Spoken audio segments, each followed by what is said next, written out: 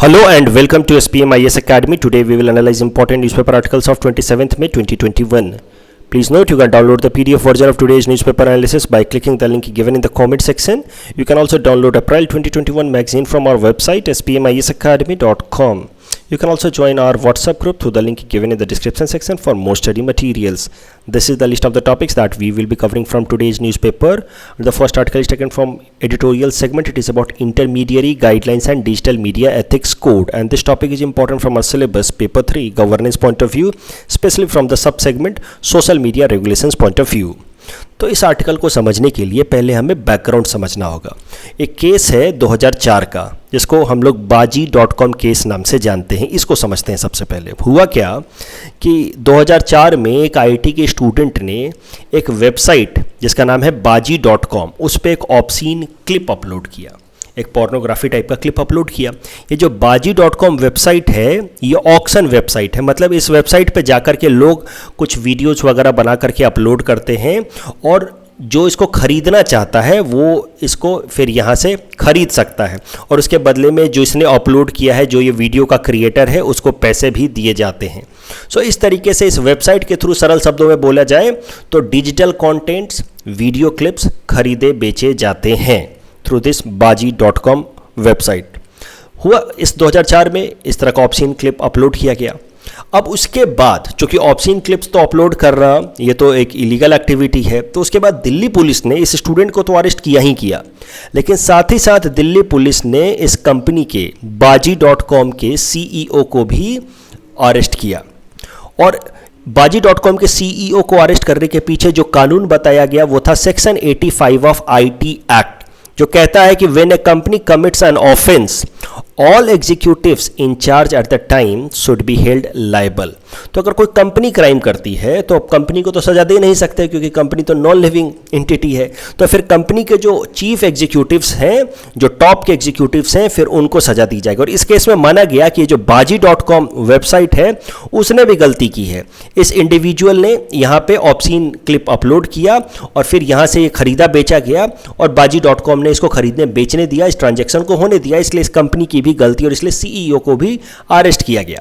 लेकिन उसके बाद इस कंपनी ने और इनके CEO ने दिल्ली हाई कोर्ट में अपील की। उन्होंने कहा कि ये जो ट्रांजैक्शन था इसमें दे वर नॉट डायरेक्टली इन्वॉल्व्ड। इन्होंने कहा कि सर हम तो बस प्लेटफॉर्म प्रोवाइड कर रहे हैं, हमने तो we are just an intermediaries. Intermediaries क्या होते हैं डिजिटल मीडिया प्लेटफॉर्म्स में, कि जैसे कि मैं अभी कंटेंट बना रहा हूं, कंटेंट दे रहा हूं, आप उस कंटेंट को ले रहे हैं, और किस प्लेटफॉर्म के थ्रू ये सब कुछ हो रहा है? Through this YouTube. तो इस पर्टिकुलर केस में मैं हूं सप्लायर, आप हैं जो who is availing the service, and the intermediary in this particular case is YouTube. तो यही कहा baji.com ने भी कि सर हम तो बस प्लेटफॉर्म प्रोवाइड कर रहे हैं, we are just a third party and we should not be held liable for whatever transactions has been done on our platform. फिर भी दिल्ली हाई कोर्ट का फैसला baji.com के खिलाफ ही आया, इनके CEO के खिलाफ आया। फिर इस दिल्ली हाई कोर्ट के फैसले के खिलाफ इन्होंने सुप्रीम कोर्ट में अपील की और सुप्रीम कोर्ट का फैसला इनके फेवर में आया। सुप्रीम कोर्ट ने कहा कि the website could not be held accountable since they were not directly involved in the said transaction. बोले वेबसाइट वालों की क्या गलती है, इन्होंने तो ये क्लिप बनाया नहीं है, ये तो बस प्लेटफॉर्म प्रोवाइड कर रहे थे, इसलिए इनको अकाउंटेबल नहीं किया जाना चाहिए according to supreme court's judgment. तो ये था baji.com का जजमेंट। baji.com केस के जजमेंट के बाद सरकार ने इंफॉर्मेशन टेक्नोलॉजी एक्ट को अमेंड कर दिया और एक नया सेक्शन ऐड कर दिया, सेक्शन 79।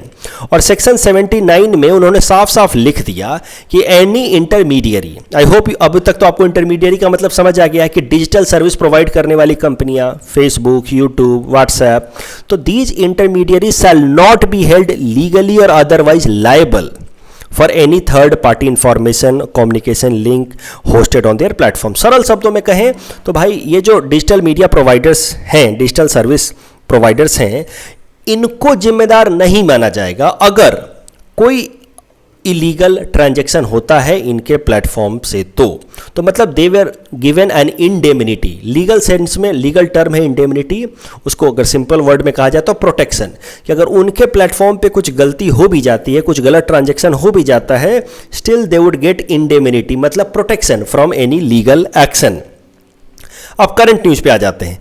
करंट न्यूज़ ये कहता है कि भारत सरकार ने अब सेक्शन 79 को थोड़ा सा चेंज कर दिया। Section 79 of information technology act has been slightly changed, और इसको चेंज करने के लिए उन्होंने एक नए रूल्स रिलीज किए हैं। उस रूल्स का नाम है intermediary guidelines and digital media ethics code.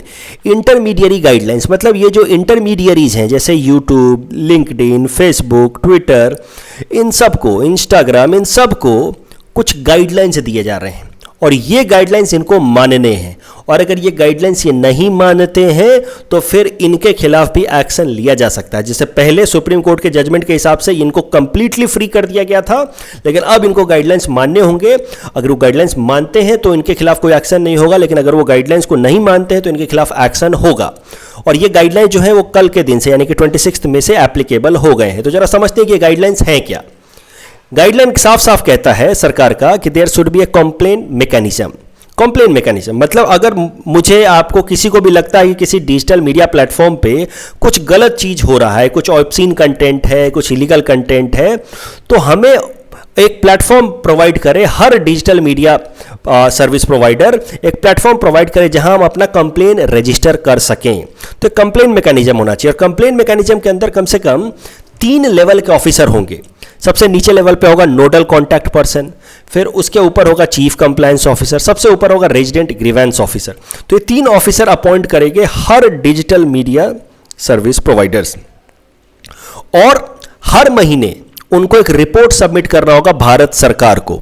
उस रिपोर्ट में उनको साफ साफ बताना होगा कि उन्होंने कितने कंप्लेन रिसीव किए इस महीने और उन कंप्लेन्स पे उन्होंने क्या एक्शन लिए हैं। उसके अलावा जो चौथा प्रोविजन है ये थोड़ा ज़्यादा इंपॉर्टेंट, इसको ध्यान से समझिए। The instant messaging apps like WhatsApp were to make provisions for tracking the first originator of a message. इसको जरा ध्यान से समझिए कि ये क्या कहता है।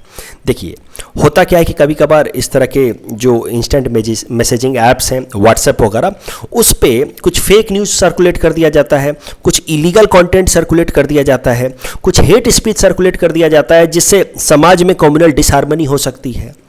तो इस केस में अब सरकार ने कहा है कि इस तरह के इंस्टेंट मैसेजिंग ऐप से वो पूछेंगे कि बताओ इस पर्टिकुलर मैसेज का फर्स्ट ओरिजिनेटर कौन है, मतलब इस मैसेज को किसने स्टार्ट किया है। और इस इंस्टेंट मैसेजिंग ऐप्स को, जैसे कि व्हाट्सएप, सबसे पॉपुलर तो व्हाट्सएप है, उसको बताना होगा कि सर ये देखिए ये जो कंटेंट था, ये हेट स्पीच था, इसको पहली बार इस इंसान ने फॉरवर्ड किया था या बनाया था। तो उससे सरकार उस इंसान के खिलाफ एक्शन ले सकती है। तो ये प्रोविजन डाला गया है कि मतलब अब इन डिजिटल सर्विस प्रोवाइडर से सरकार पूछ सकती है कि ये वाला मैसेज सबसे पहले कहाँ से आया था, who is the first originator of this particular message. और आखिरी पॉइंट ये है कि जो भी इंडेमिनिटी मिला है इनको अकॉर्डिंग टू baji.com जजमेंट या सेक्शन 79 ऑफ आईटी एक्ट, यानी कि जो भी प्रोटेक्शन इनको मिला है वो इनको तभी मिलेगा जब ये मैकेनिज्म्स, ये गाइडलाइंस ये फॉलो करेंगे। अगर इन्होंने अपने नोडल ऑफिसर्स को अपॉइंट नहीं किया, अगर इन्होंने हर महीने रिपोर्ट सबमिट नहीं की, कुछ भी इस गाइडलाइंस में से किसी भी एक प्रोविजन को नहीं माना, तो उस केस में अगर इनके प्लेटफॉर्म पे कुछ गलत होता है तो उस केस में इनके सीईओस तक को भी अरेस्ट किया जाएगा। तो मतलब थोड़ा सा चेंज ला दिया गया है। अब इसी से रिलेटेड एक और न्यूज़ है। इस डिसीजन के बाद जो चौथा पॉइंट मैंने बताया था कि इंस्टेंट मैसेजिंग ऐप्स जैसे कि व्हाट्सएप वगैरह को they will have to make provision for tracking the first originator of a message. जिसने शुरू किया है उस मैसेज को, किसने शुरू किया उसका आइडेंटिटी बताना होगा। इसके खिलाफ व्हाट्सएप पहुंच गया दिल्ली हाई कोर्ट में, और व्हाट्सएप ने कहा दिल्ली हाई कोर्ट में कि ये जो पर्टिकुलर प्रोविजन है इस नए गाइडलाइन का, it violates right to privacy of individuals and it limits और रिस्ट्रिक्ट्स फ्रीडम ऑफ स्पीच। अब आप कुछ बोलना चाहेंगे, आपको पहले ही डर लगेगा। ये कह रहा है कि citizens will not speak freely and fear chats will be used against them, क्योंकि उनको डर लगेगा कि अगर मैं कुछ भी बोलता हूं तो हो सकता है कि फर्स्ट ओरिजिनेटर मुझे पता कर ले सरकार। अभी कैसा है कि आपने कुछ भी लिख दिया, आप तो देख रहे हैं कि आज हाल फिलहाल में सेकेंड वेव के बाद सरकार के खिलाफ कितनी बातें लिखी जा रही हैं, क्रिटिसाइज करते हुए बातें लिखी जा रही हैं। तो व्हाट्सएप कहता है कि अब कोई भी इंसान फ्री तरीके से व्हाट्सएप पे कम्युनिकेट करने से घबराएगा तो उसके freedom of speech and expression, जो हमारा एक फंडामेंटल राइट है guaranteed under article 19(1)(a), freedom of speech and expression, वो लिमिट होता है। उसके अलावा राइट टू प्राइवेसी लिमिट होती है। ऐसा कहा हाई व्हाट्सएप ने कि भाई हम जो चैट्स करते हैं, जो चैट्स हम फॉरवर्ड करते हैं, वो हमारा प्राइवेट चैट है, वो सरकार को जानने का अधिकार नहीं है। So right to privacy is also a fundamental right, that also gets violated. और उसके अलावा freedom of speech and expression is also a fundamental right, that also gets violated. ऐसा व्हाट्सएप ने आर्ग्यूमेंट दिया है दिल्ली हाई कोर्ट के अंदर। और ये कहते हुए व्हाट्सएप ने कहा कि ये जो चौथा वाला प्रोविजन है कि tracking of first originator of a message, इसको विड्रॉ कर ले सरकार। तो उस पर सरकार ने भी जवाब दिया कि भाई आपके जो भी अधिकार हैं, देखिए पुट्टास्वामी जजमेंट 2017 का था, जिसमें सुप्रीम कोर्ट ने कहा कि right to privacy is also a fundamental right under article 21। उसके अलावा जो भी आपके अधिकार है under article 19(1)(a, that is right to freedom of speech and expression, none of these rights are absolute in nature. ऐसा नहीं है कि कम वाट में, किसी भी सर्कमस्टांसेस में, किसी भी कंडीशन में ये अधिकार आपको हमेशा मिलेंगे। They are not absolute rights, they are qualified rights. मतलब एब्सोल्यूट राइट्स वो होते हैं कि चाहे जो हो जाए ये अधिकार आपसे कोई नहीं छीन सकता, लेकिन क्वालिफाइड राइट्स वो होते हैं कि भाई ये अधिकार आपके हैं but subject to terms and conditions. तो ये जो भी हमारे फंडामेंटल राइट्स हैं, they are subject to terms and conditions. For example article 19(1)(a जो freedom of speech and expression है, that is subjected to reasonable restrictions written under article 19(2). Reasonable restrictions जैसे कि security of the state, public morality, decency, friendly relations with foreign countries. तो इस case में सरकार ने कहा है कि चाहे प्राइवेसी हो, चाहे freedom of speech and expression हो, that is not superior to national security. National security ऊपर है, जो हमारा जॉब है, और इस कारण से ये वाला प्रोविजन तो रहेगा। मतलब दूसरे शब्दों में सरकार ने कहा कि आपके अधिकार, अच्छी बात है, राइट टू फंडामेंटल राइट्स हैं, इसका मतलब ये नहीं कि आपके fundamental rights will breach the provisions of national security. और ये हमने नेशनल सिक्योरिटी के लिए ये प्रोविजन लाया है। अब इस पर फैसला आना बाकी है, देखते हैं क्या फैसला आता है। इस टॉपिक के बेसिस पे हमने आपको ये प्रैक्टिस क्वेश्चन दे रखा है। You can attempt this question and you can submit the answer in the comment section. The next article taken from science and technology segment, it is about super moon and total lunar Eclipse. इस topic से सवाल ज़्यादातर मुझे लगता है prelims में आ सकता है, मेंस में आने के चांसेस, डायरेक्टली मेंस में आने के चांसेस कम हैं। तो इस आर्टिकल को थोड़ा डिटेल में समझते हैं क्योंकि ये बहुत टेक्निकल है, तो इसको थोड़ा ध्यान से आराम से समझेंगे। देखिए, वैसे तो आपको सबको पता है कि हमारा सन और सन के रेस्पेक्ट में अर्थ और मून कैसे मूव करते हैं, ये तो आप सब जानते हैं कि सन स्टेशनरी है, बिल्कुल रुका हुआ है, उसके अराउंड हमारा अर्थ रिवॉल्व कर रहा है। एक रिवॉल्यूशन लगभग 365 दिनों में कंप्लीट होता है, और अर्थ के अराउंड मून रिवॉल्व कर रहा है इस तरीके से। तो मून अर्थ के अराउंड घूम रहा है और अर्थ सन के अराउंड घूम रहा है। That is the motion of, relative motion of earth and moon with respect to sun. अब जरा कॉन्सेप्ट समझते हैं, the concept of full moon and new moon. तो सन तो अपनी जगह फिक्स है और अर्थ यहां पे मान लीजिए, और मून घूम रहा है अर्थ के अराउंड। ठीक है जी, इस तरीके से मून घूम रहा है अर्थ के अराउंड। तो जब मून सन और अर्थ के बीच में होगा, यहां पे कहीं पे, तो मून उस टाइम में अर्थ पे किसी भी इंसान को दिखेगा नहीं। क्यों नहीं दिखेगा? क्योंकि डायरेक्टली सनलाइट आ रहे हैं सन से, और कुछ सनलाइट आएंगे जो मून पे गिरेंगे और वापस से टकरा के इधर आएंगे।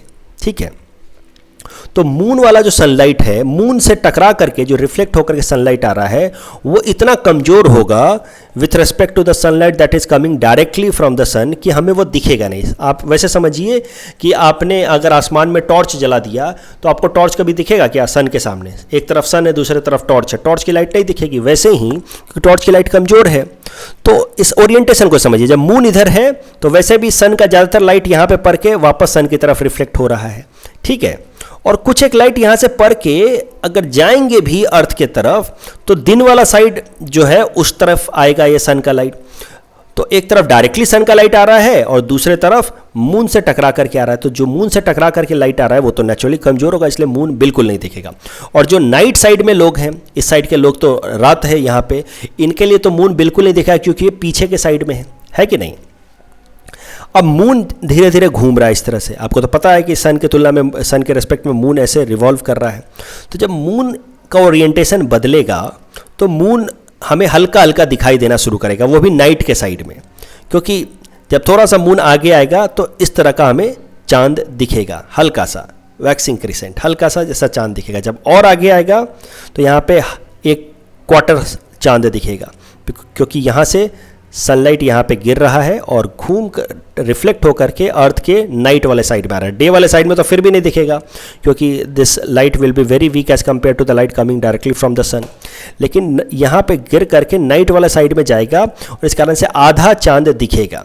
और आगे जाते जाएंगे तो चांद और बड़ा होता जाएगा और बड़ा होता जाएगा, जब एग्जैक्टली जो मून है वो अपोजिट साइड में आ जाएगा। मतलब now earth is in the middle and sun and moon are on two sides of the earth. Then यहाँ पे कैसा होगा कि जो मून है ये पूरी तरह से दिखेगा अर्थ साइड पे, जिधर रात है, डार्कनेस है, वहाँ पे ये मून पूरा पूरा दिखेगा। इसी को कहते हैं फुल मून। होगा क्या कि सन से लाइट आकर के डायरेक्ट गिरेगा, क्योंकि सन तो बड़ा है तो बहुत सारा लाइट जो है वो अर्थ के साइड से निकल करके आकर के मून पे गिरेगा, इस तरह से गिरेगा और यहाँ से मून से लाइट रिफ्लेक्ट होकर के आएगा जो हमारे अर्थ पे दिखेगा और मून हमें पूरा पूरा दिखेगा। फिर आगे जाएगा मून छोटा होता जाएगा, फिर यहाँ आकर के न्यू मून हो जाएगा। न्यू मून को ही हम लोग कहते हैं अमावस, क्योंकि बिल्कुल अंधेरा होता है, उस दिन कुछ भी नहीं दिखता है। और फुल मून को हम लोग पूर्णिमा कहते हैं, उस दिन चांद पूरा पूरा दिखता है। तो फुल मून में क्या होगा, when moon and sun are on the opposite side of the earth, then यहाँ पे अर्थ बीच में और moon and the sun are on the opposite side of the earth. इसमें the complete moon is seen in the night, पूर्णिमा। और अमावस new moon होता है, न्यू मून, अभी अभी मून का जन्म हो रहा है, न्यू मून, बच्चा है मून, यहाँ आएगा तो बड़ा हो जाएगा, तो न्यू मून। उसमें होगा क्या कि the moon and sun are on the same side and that is why no moon is seen during the night. तो ये है new moon and full moon. अब जरा समझते जाइए, एक बार फिर से इस ग्राफिक्स की मदद से देख लीजिए। देखिए, जब अर्थ एक साइड में है और मून इधर है, सन इधर है, इधर देखिए, जब यहाँ आएगा मून बीच में आ जाएगा तो ये होगा new moon, this is new moon, क्योंकि रात में दिखेगा नहीं। जब यहाँ आ जाएगा दूसरे साइड में तो this will be full moon, क्योंकि रात वाले साइड में लोगों को पूरा पूरा मून दिखेगा। सो ये this is full moon, this position is new moon, right.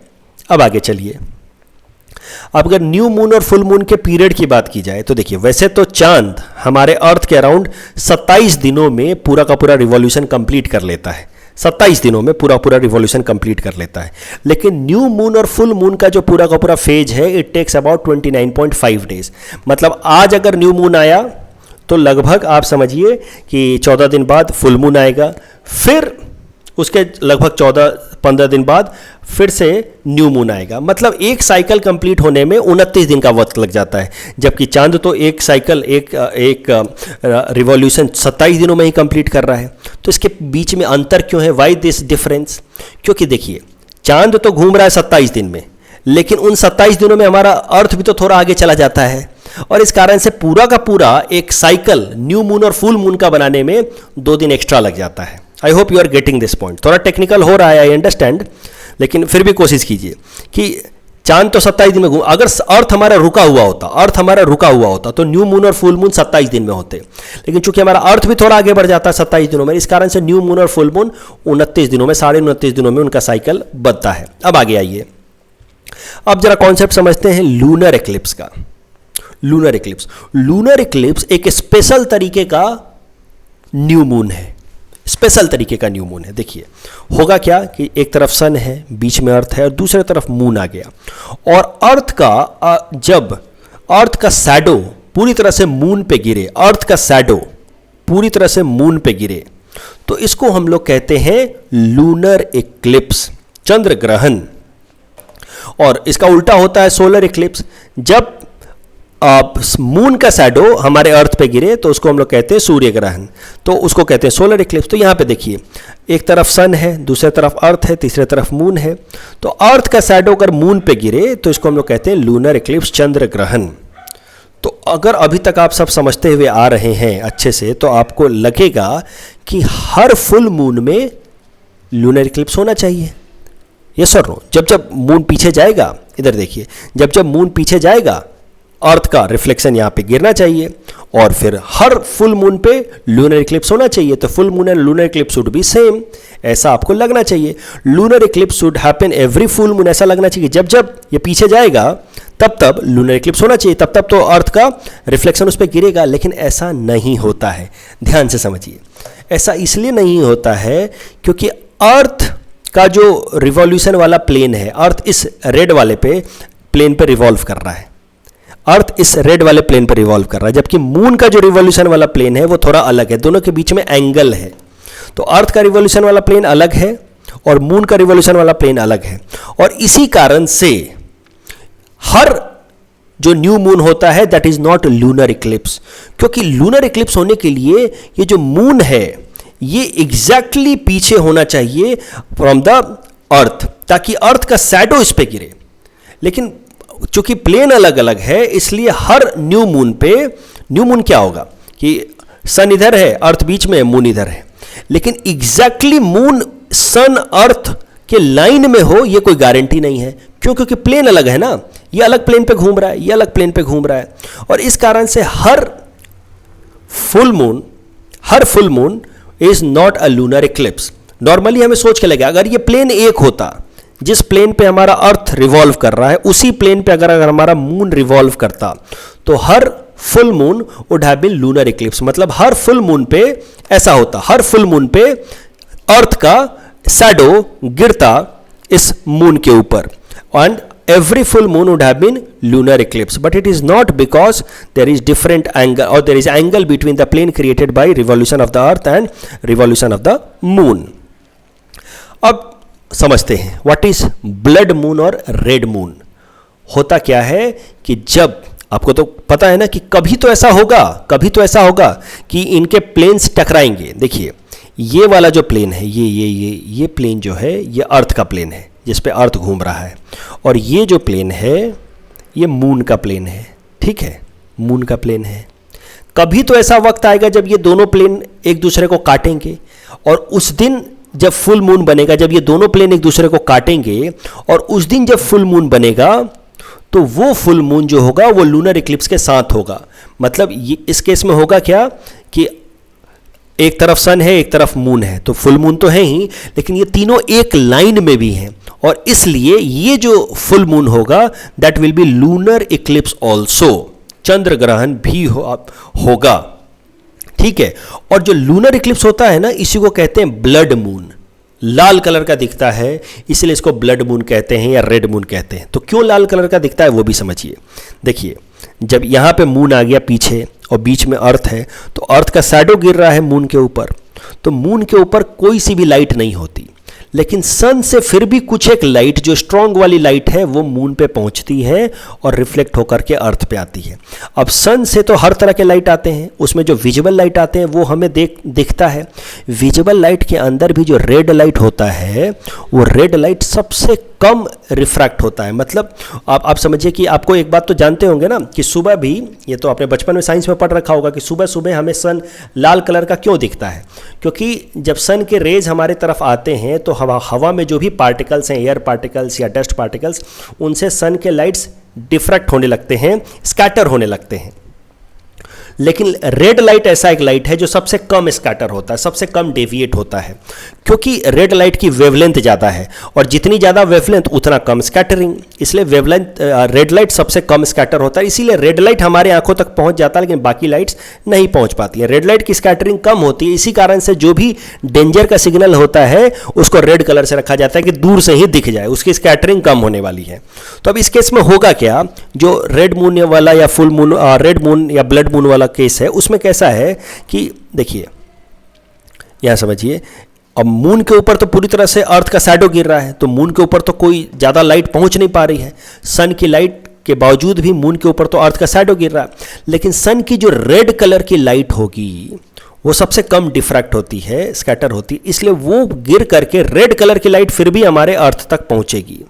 इस केस में रेड कलर की लाइट कम स्कैटर होती है इसलिए वो यहाँ पे गिरेगी और फिर भी हमारे अर्थ तक पहुंचेगी। और इस कारण से जब लूनर इक्लिप्स होता है, मतलब तीनों एक लाइन में आ गए और अर्थ का शैडो गिर रहा है मून पे, उस केस में मून लाल रंग का दिखने लगता है, जिसको हम लोग रेड मून या ब्लड मून कहते हैं।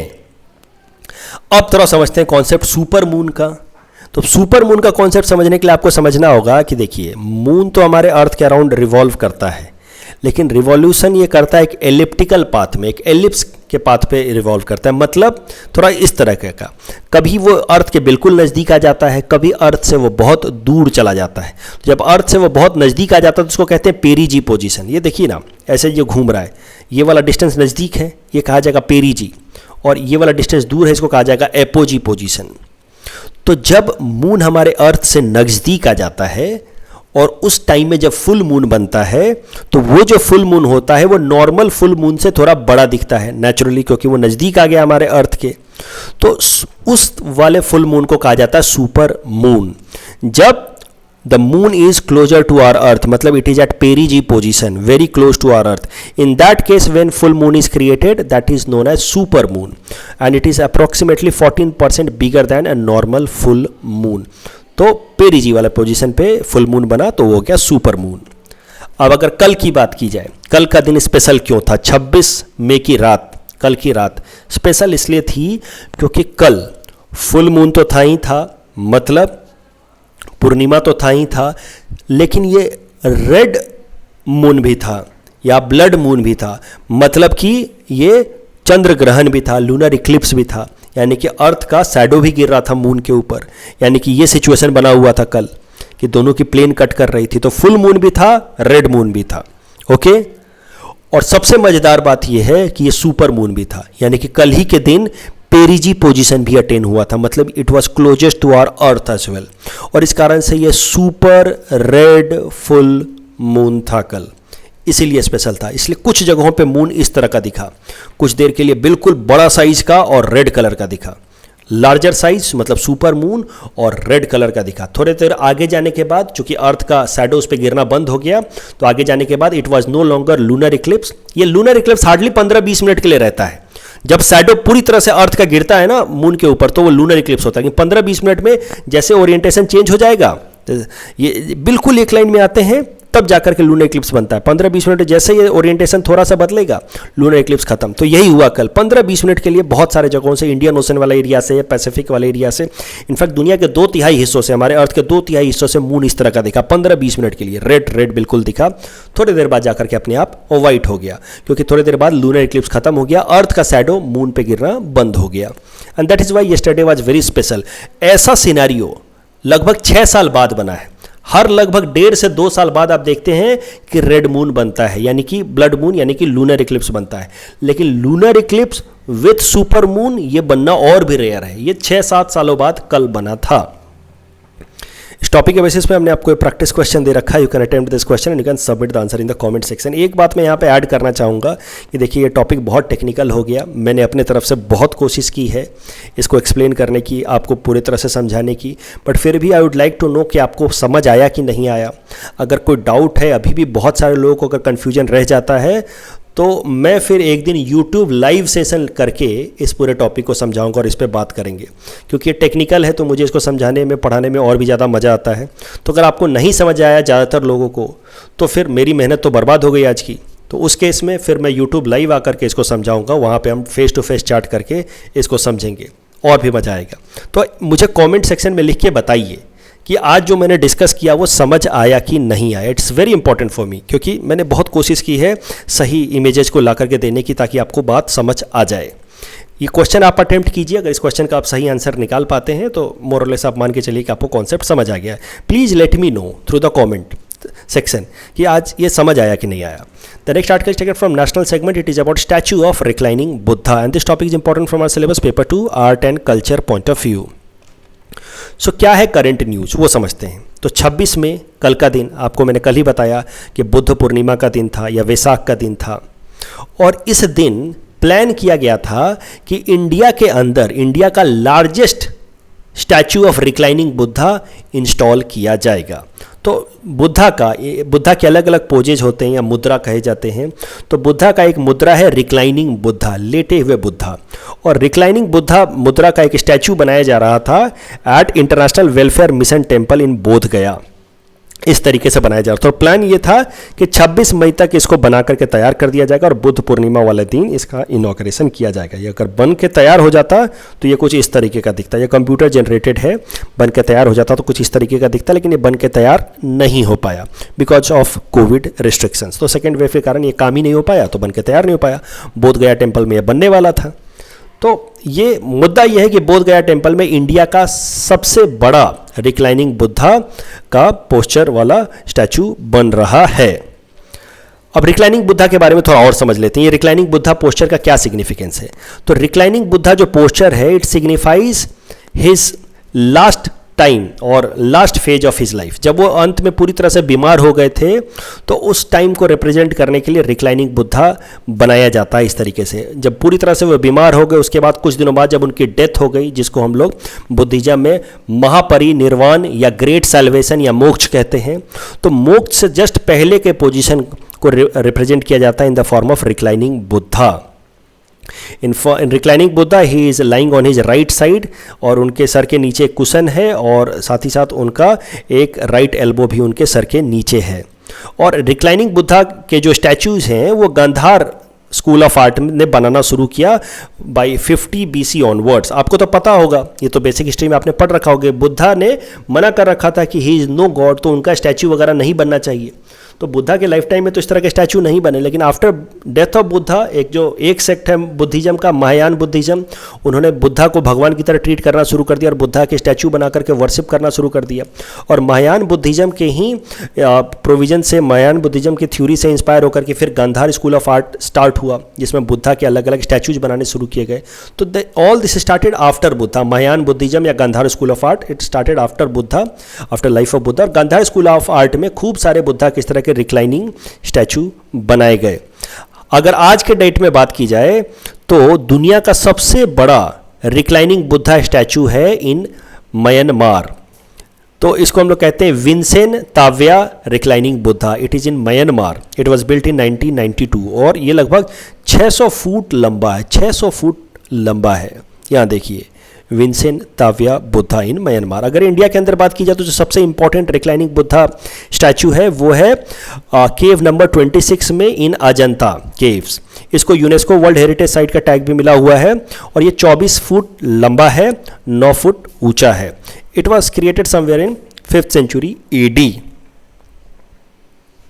बुद्धा के और भी सारे कुछ पोस्चर्स हैं, मुद्राज हैं जो इंपॉर्टेंट हैं from exam point of view. तो रिक्लाइनिंग बुद्धा के अलावा और भी पोस्चर्स डिस्कस कर लेते हैं, जैसे कि भूमि स्पर्श मुद्रा। तो भूमि स्पर्श मुद्रा का एक बड़ा अच्छा स्टैचू बना हुआ है। भूमि स्पर्श मुद्रा को रिप्रेजेंट करते हुए बुद्धा के एक बड़ा अच्छा स्टैचू बना हुआ है eight Mahabodhi temple in Bodh गया। तो भूमि स्पर्श मुद्रा में आप देख सकते हैं कि Buddha is sitting and with his one hand he is pointing towards the ground. इस तरह से धीरे से ग्राउंड को वो टच कर रहे हैं and it symbolises earth as being witness to his enlightenment. तो ये क्या है, इसकी कहानी भी समझ लो, बहुत इंटरेस्टिंग है। जब बुद्धा तपस्या कर रहे थे निर्वाण की प्राप्ति के लिए, इनलाइटमेंट की प्राप्ति के लिए, तो एक मारा नाम का राक्षस उनको डिस्ट्रैक्ट करने की कोशिश कर रहा था, उनके ध्यान को भंग करने की कोशिश कर रहा था। तो उनके इस इनलाइटनमेंट के प्रोसेस का दौरान जब वो ध्यान मुद्रा में थे तो 5वें सप्ताह में मारा ने अपने 3 डॉटर्स को भेजा बुद्धा को डिस्ट्रैक्ट करने के लिए। और इन 3 डॉटर्स ने इनके बुद्धा के पास, इनका Tanha, Rathi and Raga was the name of the 3 daughters of Mara, और इन्होंने बुद्धा को डिस्ट्रैक्ट करने की कोशिश की। जब ये डिस्ट्रैक्ट नहीं कर पाई, पूरी तरह से फेल हो गई, उसके बाद ये वापस चली गई तो बुद्धा ने फिर ग्राउंड को टच करके अर्थ को साक्षी बनाते हुए बताया कि देखिए, आप अर्थ को टच करके उन्होंने अर्थ को एक समझिए कि अपने बॉडी के अंदर एक्सेस दे दिया कि आप अब चेक कर लीजिए, मेरी बॉडी में अभी भी पूरी तरह से प्योरिटी है, मैं कहीं से भी भटका नहीं हूँ। That was the significance of Bhumi Sparsha mudra, जहाँ पे मारा के डिस्ट्रैक्शन में फेलियर के बाद बुद्धा ने अर्थ को टच करके आप समझिए कि एक तरह से एक एक्नॉलेजमेंट दिया कि आप मुझे चेक कर सकते हैं इंटरनली, मैं अभी भी पूरी तरह से प्योर हूँ। उसके अलावा एक है धर्म चक्र मुद्रा। जब बुद्धा को इनलाइटनमेंट मिल गया तो फिर सारनाथ में उन्होंने अपना पहला सरमन दिया, और पहले सरमन में वो इस तरह से बैठे थे, जो पहला प्रवचन दिया था उसमें इस तरह से बैठे थे। तो उसके बाद से इस तरह का पोस्चर को नाम कहा जाता है धर्म चक्र मुद्रा। दिस मुद्रा सिग्निफाइज प्रीचिंग, यानी कि जो उनका उपदेश देने का पोस्चर है उसको हम लोग धर्म चक्र मुद्रा कहते हैं। उसके अलावा कुछ और भी इन्फॉर्मेशन जो बुद्धा से रिलेटेड हैं, बहुत इंपॉर्टेंट है। Lumbini is his birth place, that is in Nepal, आपको पता ही होगा। Bodh Gaya is the place India where he achieved enlightenment या nirvana. Sarnath near Varanasi he delivered his first sermon, and Kushinagar is where he passed into Mahaparinirvana, that is death. तो ये सारे areas, ये सारे लोकेशंस अच्छे से देख लेना। Lumbini birth, Kushinagar death, Sarnath first sermon, बोध गया इनलाइटनमेंट। इस टॉपिक के बेसिस पे हमने आपको प्रैक्टिस क्वेश्चन दे रखा है। You can attempt this question and you can submit the answer in the comment section. Then I start second from Assam segment. It is about guardian ministers and this topic is important from our syllabus paper 6 Assam polity point of view. काफ़ी छोटा सा news है, ध्यान से समझिए। आसाम सरकार ने फैसला लिया है कि आसाम के अंदर गार्जियन मिनिस्टर्स अपॉइंट किए जाएंगे। हर 2-3 डिस्ट्रिक्ट को मिला करके गार्जियन मिनिस्टर अपॉइंट किया जाएगा। मतलब समझिए कैसा होगा कि जो भी हमारे आसाम के गवर्नमेंट के अंदर मिनिस्टर्स हैं उनको 2-3 डिस्ट्रिक्ट अलॉट कर दिया जाए कि एक मिनिस्टर है तो भाई आपका ये 2-3 डिस्ट्रिक्ट है, 2 या 3 डिस्ट्रिक्ट, आपका ये 2 डिस्ट्रिक्ट है, आपका ये 2 या 3 डिस्ट्रिक्ट है। इस तरीके से सबको 2 या 3 डिस्ट्रिक्ट का एरिया दे दिया गया है और बोला गया कि आप इस एरिया के गार्जियन हैं, आप इस एरिया के गार्जियन हैं, आप इस एरिया के गार्जियन हैं। और इससे इनका काम क्या है, इनको देखना है कि इस एरिया में जो भी सरकार की वेलफेयर स्कीम्स हैं वो ढंग से हो रही हैं कि नहीं हो रही हैं, इंफ्रास्ट्रक्चर डेवलपमेंटल प्रोजेक्ट ढंग से इंप्लीमेंट किया नहीं जा रहा है कि नहीं किया जा रहा है। ये सब काम रहेगा गार्जियन मिनिस्टर्स का देखना। इस एरिया के गार्जियन ये हैं, तो अब इस एरिया का जो भी हेडेक है, जो भी काम है, वो सब इनका हेडेक है। इससे फ़ायदा क्या होगा कि इनके बीच में थोड़ा कंपटीशन बढ़ेगा। कंपटीशन बढ़ेगा तो गवर्नेंस इंप्रूव हो सकता है। एक एरिया का गार्जियन मिनिस्टर अच्छा कर रहा है तो नेचुरली दूसरे वाला भी कोशिश करेगा कि हम भी अच्छा करें। तो इस तरीके से ओवरऑल आसाम में गवर्नेंस इंप्रूव हो सकता है, अकाउंटेबिलिटी बढ़ेगी, क्योंकि इन सब के ऊपर तो हमारे चीफ मिनिस्टर साहब बैठे हैं। अगर किसी एरिया में कुछ दिक्कत होगी तो इनको जवाब देना होगा चीफ मिनिस्टर साहब को। तो सब लोग अपने अपने एरिया में अच्छा काम करने की कोशिश करेंगे, फोकस करने की कोशिश करेंगे, तो जवाबदेही बढ़ेगी, अकाउंटेबिलिटी बढ़ेगी और इस तरीके से ओवरऑल गवर्नेंस इंप्रूव हो जाएगा। In our segment, most probable prelims topics for upcoming UPSC, today we will cover topic number 226 to 230. Topic number 226 is about Asia Infrastructure Investment Bank. It is a multilateral development bank headquartered in Beijing. It was started in 2016. जिसका main purpose है कि to help in development of Asia Pacific region. In general, the members of the Asia Infrastructure Investment Bank membership is open to all members of World Bank as well as Asian Development Bank. And all members are divided into 2 groups, regional and non-regional members. Regional members वो हैं who are located in Asia and Oceania region according to United Nations. तो United Nations में अलग अलग grouping है, उसमें एक grouping है एशिया एंड ओशियाना रीजन वाले मेंबर्स यूनाइटेड नेशंस के अंदर, उसको AIIB में रीजनल मेंबर्स कहा जाता है। उसके अलावा बाकी सबको नॉन रीजनल मेंबर्स कहा जाता है। AIIB का चाइना जो है सबसे बड़ा कॉन्ट्रीब्यूटर है with $50 billion contribution. India is the second largest share holder with $8.4 billion contribution. अगर वोटिंग शेयर की बात की जाए तो चाइना का वोटिंग शेयर सबसे ज़्यादा है 26.61% के आसपास, फॉलोड बाय इंडिया। इंडिया का वोटिंग शेयर है 7.6%। तीसरे नंबर पर है रसिया। और जो रीजनल मेंबर्स हैं यानी कि एशिया और ओशियाना वाले जो मेंबर्स हैं, they hold 75% of the total voting power in the Asia infrastructure investment bank. Please attempt this question based on topic number 226. Topic number 227 is about software technology parks of India. It is an autonomous society developed under ministry of electronics and information technology and has been set up with district focus to boost software export from the country. Minister of Electronics and Information Technology is chairperson of the Governing Council of Software Technology Parks of India. Please attempt this question based on topic number 227. 228 is about contingency reserve arrangement. It was established in 2015 by BRICS country according to a decision or resolution passed in Fortaleza Summit of BRICS in 2014. इसमें कैसा होगा कि it will help. This fund will be used to help countries from BOP crisis or protect them from BOP crisis. So it can be considered as a competitor of IMF. Please attempt this question based on topic number 228. Topic number 229 is about International Criminal Court. ICC is located at The Hague, Netherlands. The ICC has jurisdiction to prosecute individuals who are alleged of international crimes of genocide, crime against humanity and war crimes. ICC is intended to complement existing national judicial system and it may therefore only exercise its jurisdiction when certain conditions are met, such as when the national courts are unwilling or unable to prosecute criminals or when the United Nations Security Council or individual states refer the situation to the court. The founding treaty for ICC is the Rome Statute. that was signed in 2002. India is amongst those nations who have neither signed nor accepted or acceded to the Rome Statute of the International Criminal Court. Please attempt this question based on topic number 229. Topic number 230 is about International Whaling Commission. It is an organization, it is an intergovernmental organization whose purpose is to conserve whales and better manage them. The legal framework of International Whaling Commission was brought under International Convention for Regulation of Whaling, which was established in 1946. India is a member of International Whaling Commission. आप देख सकते हैं कि कौन कौन से members हैं, blue colour से रिप्रेजेंट किया गया है कौन कौन से मेंबर हैं इंटरनेशनल व्हेलिंग कमीशन के. तो इंडिया इसका मेंबर है, यूएस है, कनाडा नहीं है. ये जो डार्क या लाइट ब्लू से जो रिप्रेजेंट किया गया है वो पहले मेंबर्स थे, लेकिन अब उन्होंने मेंबरशिप विड्रॉ कर ली है. और जो बाकी ब्राउन कलर है वो कभी मेंबर थे ही नहीं, और जो डार्क ब्लू है वो हैं जो अभी भी मेंबर हैं. तो ध्यान रखना कनाडा इसका मेंबर नहीं है, पहले था अब नहीं है. टॉपिक के बेसिस पे ये प्रैक्टिस क्वेश्चन दे रखा है हमने. You can attempt this question and submit the answer in the comment section. This is the answer of question number 221 to 225 that we had given in yesterday's newspaper analysis. Today's question can be attempted by students and you can submit the answer in the comment section. We'll be sharing an answer of these questions in tomorrow's newspaper analysis. कल जो हमने practice question दिया था उसका answer देख लेते हैं. Which of the following statements are true? Amphotericin B is an antibacterial drug. Wrong. This is antifungal drugs. Yellow fungus is more lethal than black fungus. This is wrong again. Black fungus is more lethal. So the correct answer is option D. Which of the following statements are true about COVAX platform? It has been developed by a coalition of epidemic partnership initiative, Gavi and WHO. Absolutely correct. All countries in the world will get vaccines free of cost. This is wrong. Rich countries will have to pay market price, while other AMC countries will have to pay some reduced price. Means they will get at some subsidized cost. So the correct answer is option A, one only. And which of the following is true about CBI? It is a statutory body. No, it is not a statutory body. It is an executive body. It works under Ministry of Home Affairs. Again, this is wrong. It works under Ministry of Personal Training. So the correct answer is option D, none of the above. That's all from our side for today. Thanks for watching.